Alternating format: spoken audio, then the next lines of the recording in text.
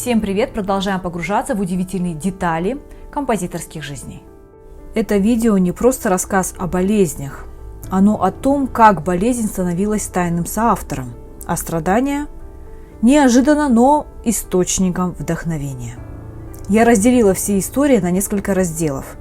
Физические болезни, психические болезни и расстройства, случайные трагедии, саморазрушение, а в конце видео отдельно отмечу тех, кто выбрал страдания как источник вдохновения. Да, и такое часто бывает у творческих людей. Прежде чем мы продолжим, важно сделать принципиальную оговорку. Все, о чем пойдет речь дальше, не является медицинской диагностикой и не претендует на клиническую точность.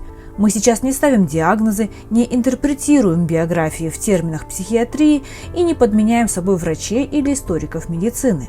Речь идет о культурно-биографическом анализе, о том, как зафиксированные в письмах, воспоминаниях современников и документах состояния, депрессии, зависимости, кризисы, травмы могли отражаться в музыке и судьбах. Это разговор не о болезнях гениев, а о цене, которую нередко платили люди искусства в условиях давления эпохи, среды и их собственных внутренних конфликтов. Фредерик Шопен скончался 17 октября 1849 года.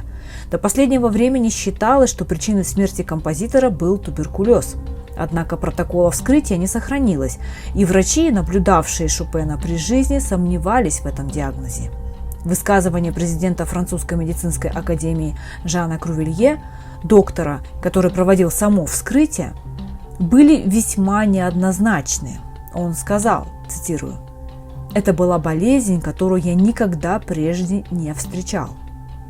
Постоянно отмечавшаяся легочная симптоматика, кашель, одышка наблюдались у Шопена с 15-летнего возраста. Это наводило врачей на мысль, что он страдает туберкулезом легких.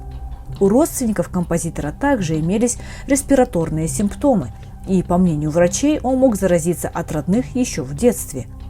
Кровохаркание, появившееся у Шопена позже, сделало диагноз туберкулеза основной версией заболевания композитора. Кроме того, несмотря на длительное увлечение французской писательницей Жорж Санд, у Шопена не было детей, что наводит еще и на мысль о возможном бесплодии. Поражение легких, низкий вес, при росте 170 см он весил 45-47 кг, мужское бесплодие и смерть в раннем возрасте – все это признаки муковисцидоза. В качестве симптомов муковисцидоза у Шопена отмечены кашель, рецидивирующие инфекции нижних дыхательных путей, низкая толерантность к физической нагрузке, желудочно-кишечные симптомы, непереносимость жиров и низкая масса тела. Ох и доходяга, бедняга наш Шопен. Эдвард Григ в детстве перенес тяжелый плеврит. В результате одно легкое было частично разрушено, и потому его дыхательная функция осталась ограниченной на всю жизнь. Он постоянно страдал от хронических бронхитов, одышки, частых простуд и инфекций. Современники и биографы также упоминают симптомы, сходные с туберкулезом, однако прямого подтверждения активной формы туберкулеза у него нет. Григ был вынужден избегать холодного и влажного климата, часто лечился на курортах. Из-за слабого здоровья он ограничивал гастрольную деятельность и предпочитал уединенный образ жизни. Его физическая хрупкость контрастирует с эмоциональной насыщенностью и внутренней силой его музыки, что часто подчеркивают исследователи. Слабое здоровье, больные легкие, но при этом создал норвежскую классику. У Альфреда Шнитке были тяжелые, документально зафиксированные заболевания, которые радикально изменили его жизнь и сам характер творчества. С 1985 года Шнитке перенес серию инсультов. Уже первый инсульт был критическим. Композитор находился в коме. Врачи фиксировали его клиническую смерть. Прогноз был крайне неблагоприятным, но он выжил. Последствия – частичный паралич, преимущественно правая сторона, нарушение речи, резкое снижение физической выносливости, постоянная угроза повторных инсультов, что и происходило. Второй инсульт в 1991, третий в 1994, последний в 1998. Он и стал причиной смерти.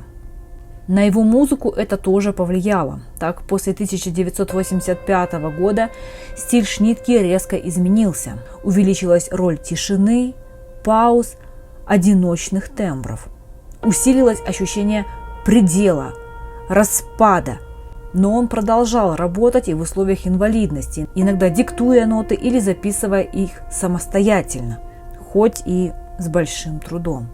Многие его поздние сочинения воспринимаются исследователями как музыка после катастрофы, где форма произведения буквально борется за свое существование. Инсульты сопровождались и депрессией, что Шнитке и не скрывал в письмах и разговорах. Его религиозность в этот уже поздний период его творчества тоже усилилась, приобрела уже трагический характер. Шнитке умер в 1998 году от последствий повторного инсульта. Роберт Шуман. О нем подробно рассказывала в новом видео «Причины безумия гениальных композиторов». Психическое расстройство, галлюцинации, попытка самоубийства. Последние годы жизни провел в клинике. Карл Орф. В молодости он считался физически крепким, служил в армии. С возрастом у него, безусловно, развились хронические возрастные заболевания, типичные для конца 20 века, сердечно-сосудистые нарушения и общее ослабление организма. Но для нас важно другое. Это его послевоенная депрессия и чувство вины за сотрудничество с Третьим Рейхом. Карл Орф не был членом национал-социалистической немецкой рабочей партии. Однако его музыка активно исполнялась в годы нацистского режима. Кармина Бурана получила официальное признание именно в это время. Но после войны он активно участвовал в восстановлении утраченной музыки «Ко сну в летнюю ночь» Мендельсона, запрещенного еврея-композитора, что воспринималось как форма адаптации уже к новым условиям. Заметьте, он не сопротивлялся режиму ни там, ни там. Сидение на двух стульях очень прослеживается. После 1945 года Орф проходил процедуру денацификации. В этот период современники отмечали его подавленность, замкнутость, резкое снижение публичной активности.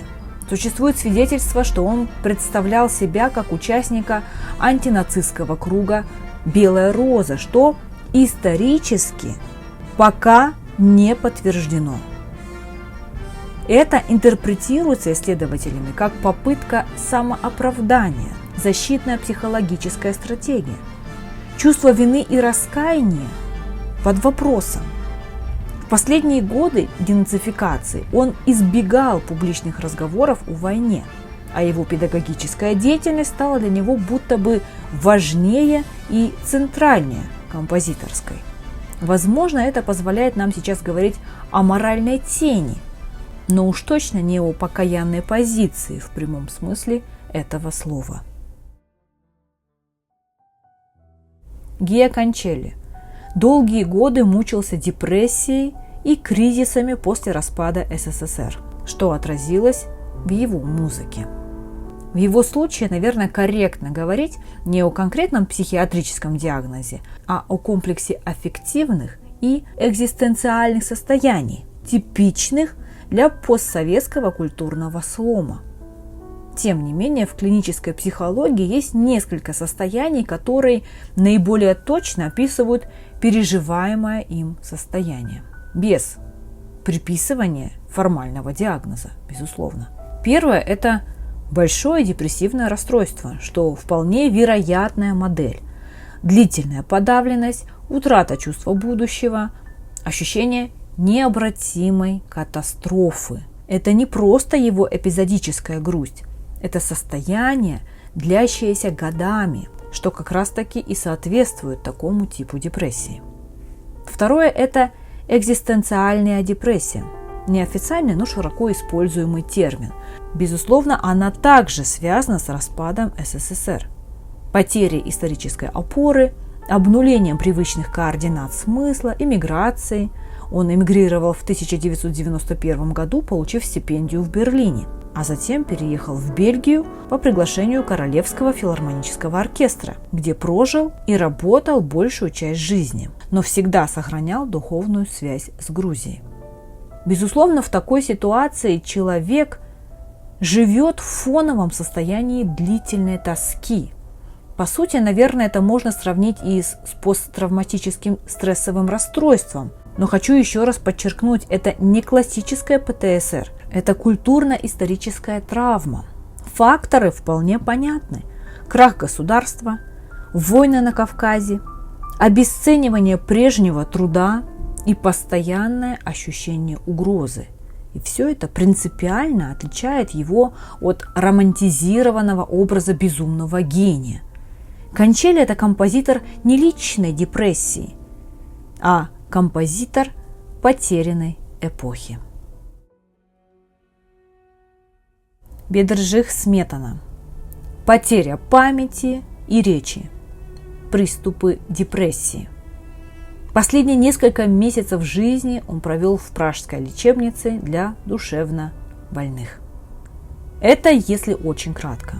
В целом же в случае Сметаны мы имеем один из самых четко задокументированных примеров тяжелого нейропсихиатрического заболевания у композитора, где депрессия была симптомом прогрессирующего органического распада, а не самостоятельным расстройством. Современная медицина с высокой степенью уверенности реконструирует его состояние как нейросифилис. Это основной и определяющий диагноз, ретроспективно признанный большинством его исследователей. Проявления у композитора были следующими. Прогрессирующая потеря слуха, после полная глухота, расстройство речи, провалы памяти, дезориентация, изменение личности. Нейросифилис в XIX веке был неизлечим и почти всегда заканчивался психиатрической катастрофой. Его депрессия была реактивной, связанной с поражением мозга. Он часто приходил в отчаяние. Его не покидали суицидальные мысли, которые зафиксированы в письмах, чувство бесполезности, утрата контроля над мышлением. В последние месяцы жизни он страдал галлюцинациями, бредовыми идеями, тяжелыми поведенческими нарушениями. Именно поэтому Сметана был помещен в пражскую психиатрическую лечебницу, где и умер в 1884 году. Что принципиально важно подчеркнуть? Сметана не был психически болен в романтическом смысле. Его состояние – это медицинская трагедия, а не просто какое-то творческое безумие. Депрессия, утрата речи и памяти – все это следствие разрушения нервной системы, и это не было его источником вдохновения. Тем не менее, парадоксально, но самые структурно ясные и национально значимые произведения его, а именно симфонические поэмы «Моя Родина», были созданы на фоне нарастающей катастрофы. Оливье Мессиан. В годы Второй мировой войны он перенес плен. В 40-х годах находился в немецком лагере для военнопленных. Условия лагеря включали холод, недоедание, физическое истощение. Безусловно, все это имело долгосрочные последствия для здоровья и психики. Он отличался высокой чувствительностью, религиозной сосредоточенностью и склонностью к депрессивному созерцанию. Эти черты иногда ошибочно интерпретируют как психическую нестабильность, однако медицинских подтверждений этому нет. Мессиан прожил долгую жизнь и умер в 1992 году в возрасте 83 лет. Причина смерти – естественные возрастные осложнения, без связи с какими-либо конкретными хроническими заболеваниями. Далее – случайные трагедии. Альбан Берг. Смерть от заражения кровью, возможно, после укуса насекомого. Антон Веберн был случайно убит американским солдатом в Австрии, когда вышел покурить на балкон. Александр Скрябин скончался от сепсиса, наступившего в результате карбункула на верхней губе. Модест Мусоргский погиб от последствий хронического алкоголизма и эпилепсии, доведя себя до полной деградации. То есть, что мы имеем? Тяжелый алкоголизм с делирием, эпилептические припадки, возможно, как раз из-за алкоголя, утрата самоконтроля, социальная дезадаптация, отсутствие устойчивой поддержки в композиторской среде. Финал в такой ситуации предопределен.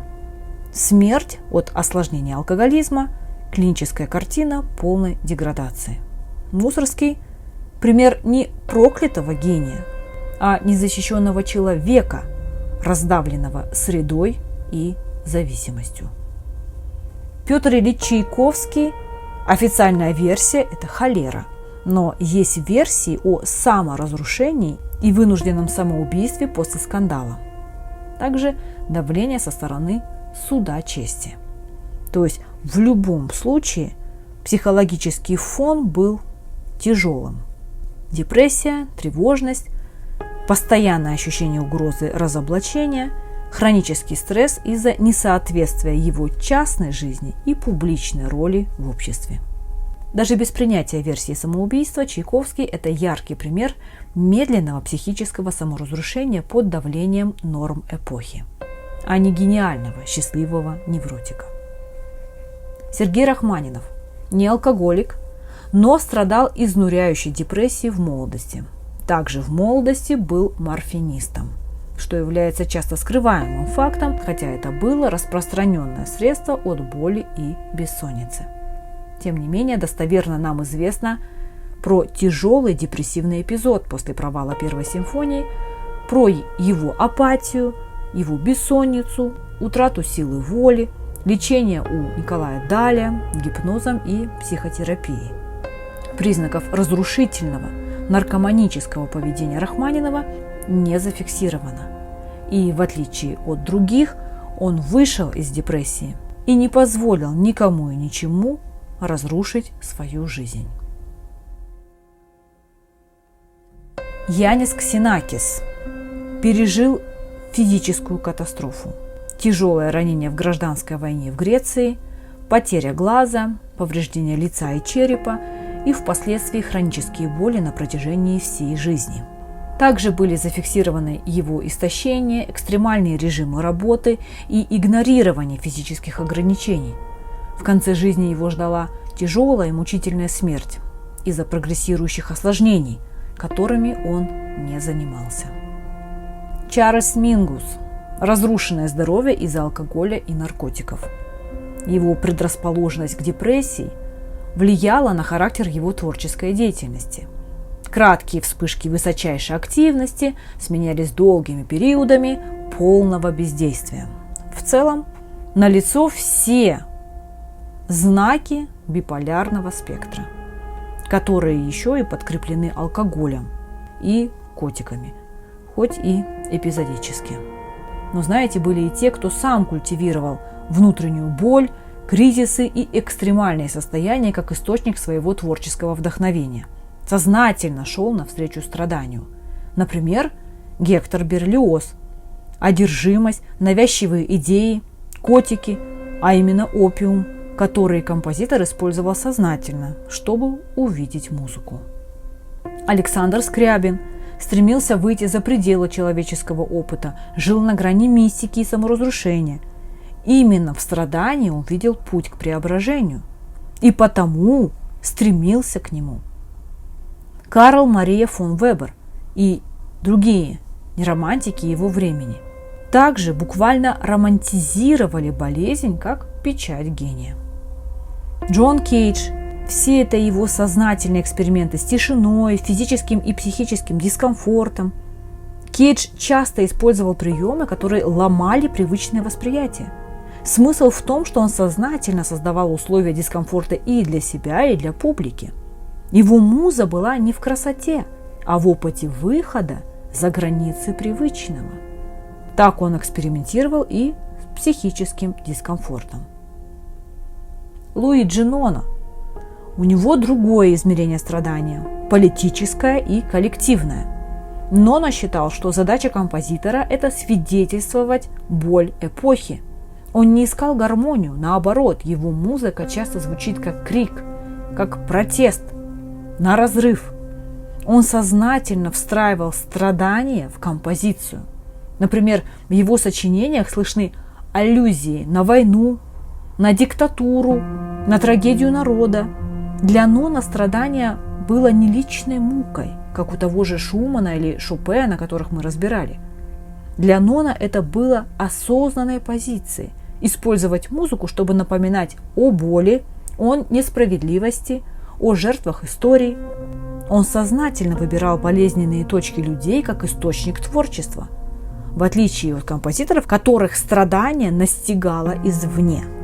Его музыка – манифест боли и борьбы, который он сознательно писал на нервах. Можно даже в качестве примера взять того же Курта Кобейна, если продолжать мостик из 20 века. Хотя он не композитор академической традиции, но отлично иллюстрирует эту идею. Страдание как топливо для творчества. Арнольд Шонберг также доводил себя до внутреннего кризиса, сознательно ломал гармонию и привычный слух, чтобы освободить музыку через хаос. Ведь додекафония в свое время родилась именно как акт мучительного поиска. Судьбы этих композиторов – напоминание всем нам. Великие произведения рождались не в идеальных условиях, а на грани физической, психологической, исторической. Но важно и другое – страдание не является источником гениальности. И разрушение – не обязательная плата за талант. И вопрос для вас. Когда вы слушаете музыку этих композиторов, чувствуете ли вы в ней эту уязвимость? Или для вас музыка всегда звучит вне контекста судьбы? И еще один более сложный вопрос на будущее. Должны ли мы знать цену этой музыки или иногда безопаснее слышать только звук, не заглядывая, что скрывается за ним? Спасибо, что посмотрели. Ставьте лайки, если информация оказалась для вас полезной и интересной. Подписывайтесь на мой канал. Не забудьте нажать на колокольчик. Всем пока!